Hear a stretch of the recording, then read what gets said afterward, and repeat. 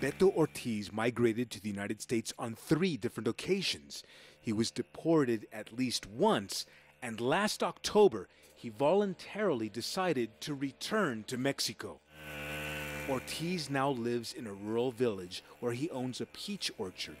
He says the infrastructure here is poor and jobs are scarce.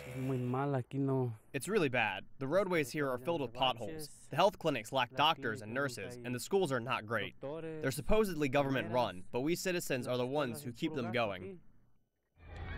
CGTN talked with school teachers in this town who say they now attend to an increasing number of children whose parents are returning migrants. Many of the students speak only English, and rural schools like this are not prepared to teach them. A few blocks away, Dr. Nancy Rueda takes me to see the local health clinic. She's been working here for nearly 5 months. Dr. Rueda says she sees more than 30 patients a day. 60% of them are former migrants.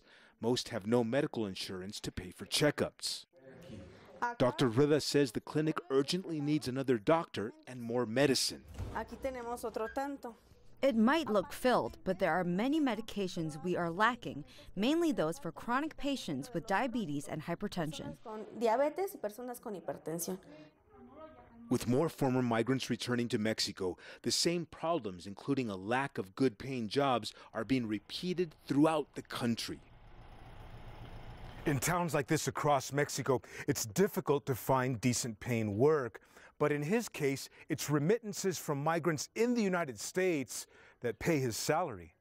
The incoming Trump administration plans to deport even more migrants, and immigration professor Norma Baca says Mexico is not prepared for them. Mexico is not ready at all. We have not begun to even visualize or orient ourselves to this new phase, this forthcoming scenario of international migration.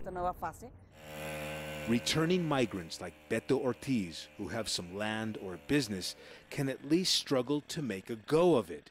But experts say hundreds of thousands of other migrants will probably not be as fortunate.